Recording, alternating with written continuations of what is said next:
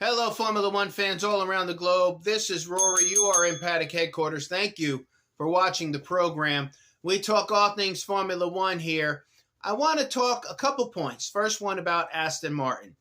Now, Aston Martin, of course, made an incredible jump between last season and this season, at least the beginning of this season. But if you saw some of the reports, it looks like they were exploiting a loophole in the formula or the rules and regulations for the cars, and that's what had caused them to get such an incredible jump at the beginning of this season. Now, it also is rumored that the FIA had come down and closed that loophole, and whatever they were doing with the car or whatever technology advantage they had gained, it looks like that was closed down. So that might be the reason for the big tapering off of the Aston Martin program. Unfortunately for Fernando, it really invigorated his career. Everybody was just excited for him, seeing him up there on those podiums again. He really is a character. So we'll see if Aston Martin can make some improvements, some adjustments, and get those cars up in the top 2 or 3 pack on a regular basis. They really slipped. They're, coming between 5th and 8th positions pretty regularly now, I guess. And even with Lance Stroll was not hitting the podiums like Fernando was.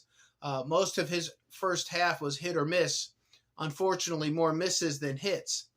But he's still a decent driver, and when the car is fast, they were getting points. So we'll see what happens now after the break. Aston Martin has some work to do, but Mike Crack, the team principal, actually came out and apologized to the 2 drivers on behalf of Aston Martin and said they need to do better. They really need to do better. So I'm excited to see what Aston Martin can put together. I love the battle after Red Bull with Mercedes and Ferrari and Aston Martin, and we'll see if McLaren can inch up there if they have enough time to get there. To me, it's really exciting, and I'd like to see if Aston Martin can do it. If they can really fix what they need to fix and get back up there. I just want it to be really competitive at the top. The next point I want to talk about is Mattia. It looks like he's been talking to Alpine. And I know several teams, I guess, really wanted his services and were talking to him. Does not sound like he was very impressed with Alfa Romeo and the Audi people. But Alpine looks like they might be getting Mattia, and even though the program is a wreck, they might be getting him on the grid this year.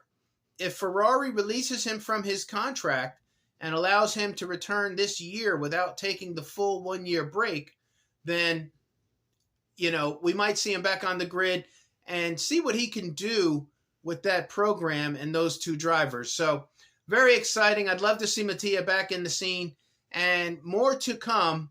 Thank you for watching the program. I will see you tomorrow. Paddock headquarters out. All things Formula One.